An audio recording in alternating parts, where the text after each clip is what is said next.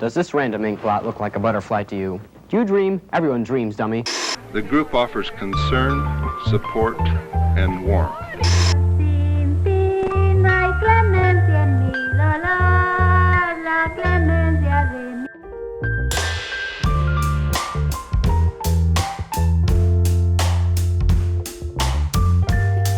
Hi, my name is Shannon Childs, and I am running for the mayor of the city of Denton position.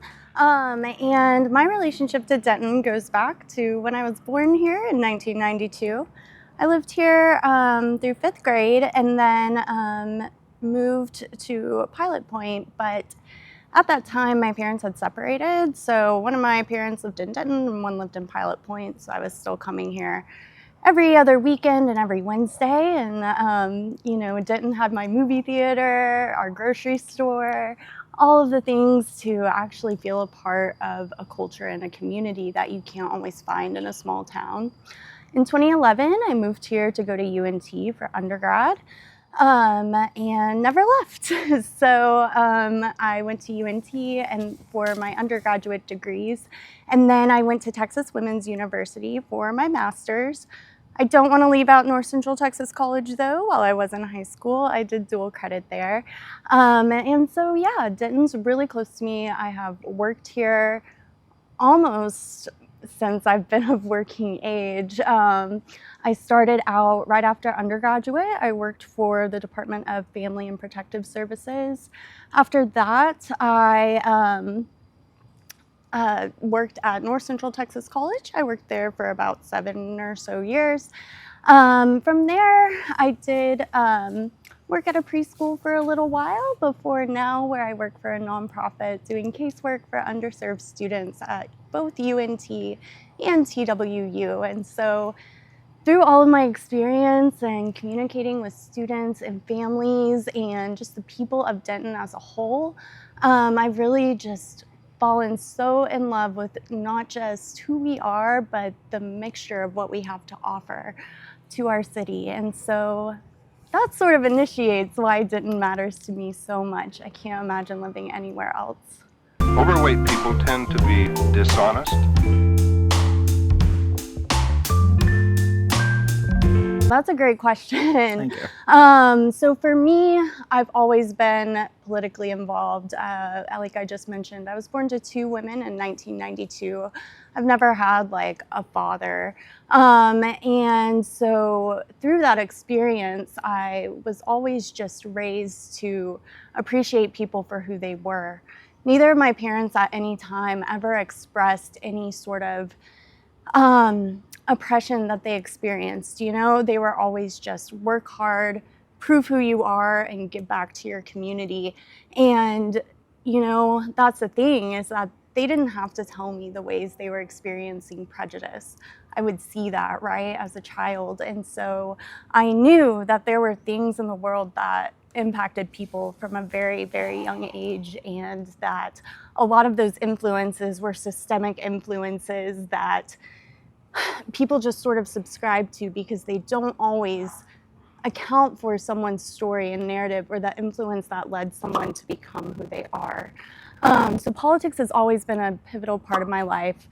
In 2024, I felt like it was really the time to start being more engaged, because I was like, I don't understand why people necessarily feel the way they do about certain movements and certain policies and things that are impacting people.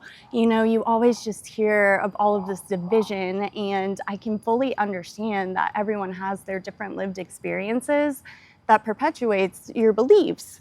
That's what life is all about. And so to me, I was thinking about that, and I was thinking about, well, what do I do to make a difference? And so being so involved with the college and the universities here in Denton, I would see students who truly, truly care. And I'm like, okay, what do I do in my life to show them that you can do something beyond just, keeping yourself informed and being a part of certain actions, which is all very, very pivotal. But there is a way where you can demonstrate that you have leadership skills that you have built over your life. And to me, I felt like last year, as I was searching for who was potentially running for this position, I was made aware that it was going to become open. And at the time, I saw that only one other person had announced. And while I think that that is great, I was just thinking, what if we offered Denton another option? What if we offered them someone who their whole life they have been meeting people where they are? And that's always just been a quality that's so important to me, is to meet someone where they are, because even if you despise someone, knowing their story allows you to understand their motivations. And I fundamentally believe it is understanding someone's motivations that allows you to connect on a level where you can create change that is actually impactful for everyone. And so when I saw that there was only one option, I was like, well, I think Denton needs another option. And so I worked really hard to prove that I could balance making this endeavor while maintaining my full-time work. And that's kind of where I'm at now, is, through exploring other candidates and their beliefs, I think that it's great that people subscribe to certain ideals, but I just felt like no one had to offer what I have to offer, which is a working class perspective. And maybe, sure, everyone has a certain lived experience of that, but right now in this moment, I can't help but think I'm the one closest to that lived experience right now. I'm borderline low income. I live in an apartment that I rent with just my cat, and I'm used to living below my means because I believe in giving back more so than I believe in taking in. And so, I really wanted to make a difference. Along with that, I will say that having been in higher education for so long, I have worked with so many different populations of students, including international and immigrant students. And so when I see this rhetoric in the news that is trying to persuade us that people don't belong, it makes me angry. And it makes me feel like I need to make a statement and a stand to show that people in my city are loved and that they're welcome here. And selfishly, a large part of my support system is made up of immigrants, some of these people who can't even vote for me. And so because of that, I was like, now is the time, because I don't know if these people will be here 2, 4, 6 years from now. They're here now, and I need to remind them why Denton is here for them now. And so, yes, these are my current motivations for running in this election cycle.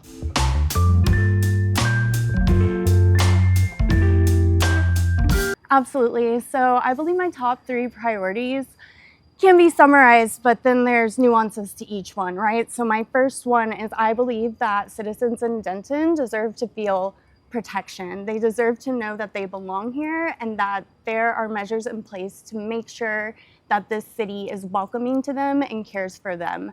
That doesn't just include immigrants. That includes homeless people, children, and a number of other different groups. And I believe that there is such a need for so many of these different groups right now that is going unmet, and we need to start initiating contact with those people being impacted by these issues in order to figure out the starting point of how we make things right for them, how we make people want to be here and stay here. Especially, for me, when it comes to students who come from all over the world, even if they are going to leave in 4 years, these people are our student teachers, they're our nurses, they are all of these different aspects of our city that contribute and make a difference. And so even if we do think of people as being transient, we still need to involve them in the community while they're here, because it's those unique voices that add to the community and culture that our city is so loved for. So that is number one. Number two for me is building on infrastructure that we already have. And by that, I mean a couple of different things. The first thing I mean by that is I keep seeing all of this talk about different developments and zoning issues. And then I watch city council meetings and I hear all of these different citizens talk about how the things that are happening are not the things that they're asking for, the things that they feel like are going to keep them here in community, right? And so for me, building on what we have means not just attracting and focusing on small businesses that make a difference, and ones that we're losing, it feels like all of the time, you know? I'll be honest, just a minute ago, Cameron mentioned Patooly Joe's, and just seeing and reading about the struggle that they're going through, I'm like, well, how did we fail them as a community? And I'll be honest, I think Susie Rumar in her election episode of Lil DTV, I highly recommend going back and watching that, explained this really well. Why aren't we asking the questions? Why is this happening? What can we do to address it? And how do we find those steps and initiate a process that actually leads to change? Because so far, what I feel like we've been seeing in our city is all of these ideas that aren't actually moving forward. And it's like, well, what is the holdup? Why is that happening? Why haven't we looked at, why people are feeling like they can't just rely on the our daily bread homeless shelter, for instance? Why is it that we eliminated the after school program for our public school children? Why is it that it seems like affordability is out of control? And so when I say building on what we already have, it's looking at what's been done before and what was working, and why did we eliminate that, and how do we bring it back in a way that makes it even better than it was before? And how do we make sure that that happens? And so it's all about asking those questions and doing the research, as well as talking to the community and getting out there, being on social media, being on Facebook, Reddit, Instagram. It's about connecting with YouTube channels like Lil DTV and recognizing that there are so many people in this community that have a voice and are already doing work in all of these different areas, especially when it comes to infrastructure. It's just not the way we traditionally think about it. And so I think that it's time that we start reframing how we look at things. And so that is number two. Number three for me is honestly not just a personal measure, but I think something we have to look at in city leadership as a whole, and that is taking accountability. I feel like I've seen over and over and over again citizens of Denton not feeling like their leadership is productively representing them, and I think that that's fair. I live here on Prairie Street, and it's been under construction for nearly a year and a half. So it's day in and day out of all these noises and a lack of communication, and yet no one has spoken to that. And perhaps it's a matter of we're passing the buck. This isn't necessarily our problem.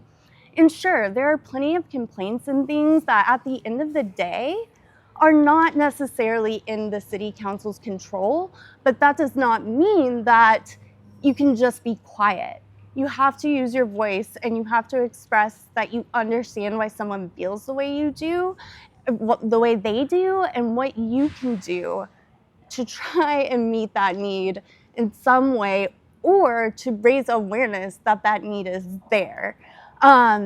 And I think a lot of people just don't want to take on that responsibility because they don't feel ownership over it, which to an extent is fair.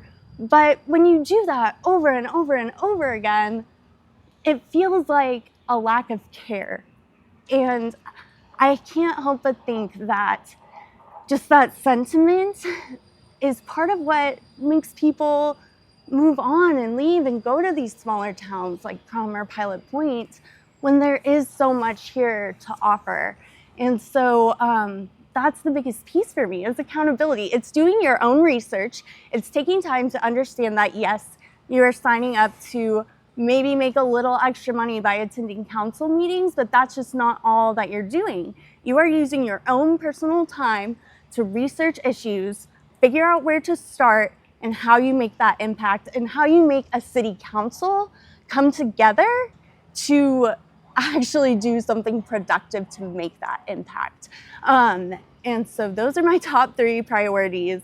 Again, even within all of that, there are so many more distinctions. And I want to be clear, just because those are my top 3 priorities and I expanded on them, anyone who has an issue, even if it's small, even if it's within those subsets, I want to be sure that I am always, always clear that I want to know what you're thinking, how you think it could be better, and I will start to figure out where we make that change. This is what I've been doing for almost the past 9-10 years of my life with college students, right? So I have to me, it's a privilege of meeting students where they are as initially an admissions guide at North Central Texas College, then as an academic advisor and student organizer, as far as like student clubs, so Pride Alliance, STEM Club, things that are very important to me. And you know, when I work with students on that one-on-one level, 100% of the time, they have a goal. And it's figuring out what baby steps do we need to take to get you to your goal, because you've already done the very first step by asking for help.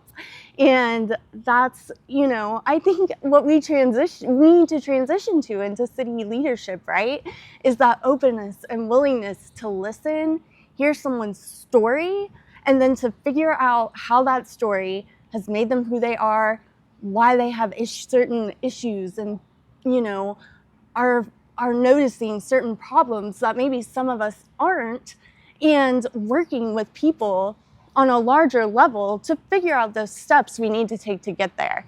And so that's why I fundamentally believe this is something that can be done. It is time consuming though.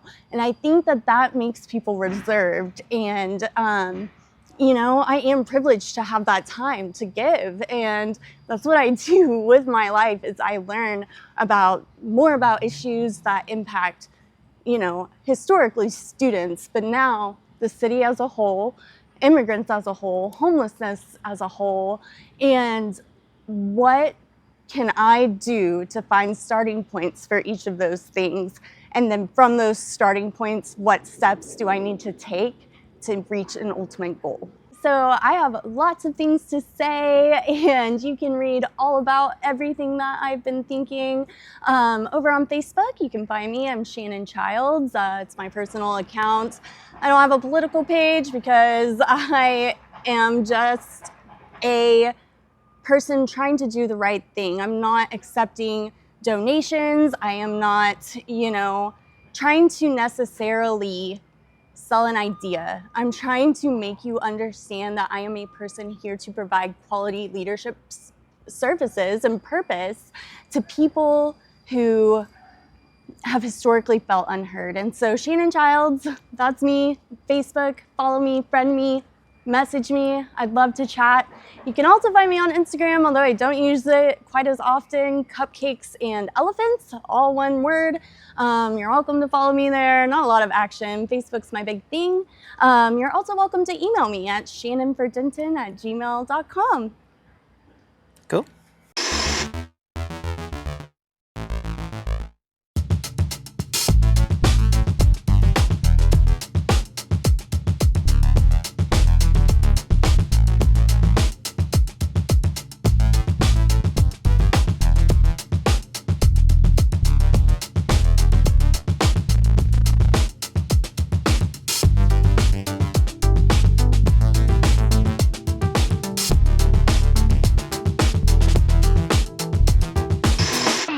Kingpin. Of course, in the comic book heydays during World War II, at least 600 million comic books were selling each year, under 600 titles. Last year, perhaps 300 million books were sold, under 300 titles. But that's still considerably better than the 200 titles that have been selling in recent years. I feel like a puppet guided by invisible strings. We at the Marvel Comics Group have tried to establish more relevancy and more philosophy and more satire in the stories.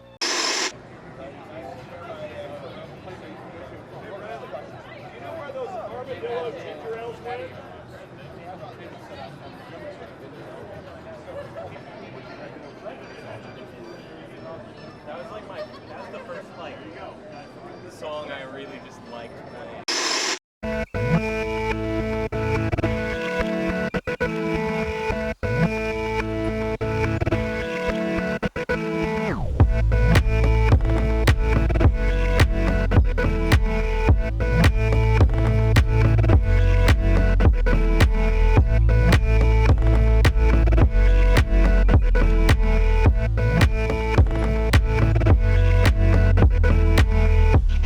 So this is the third gravesite of John Denton.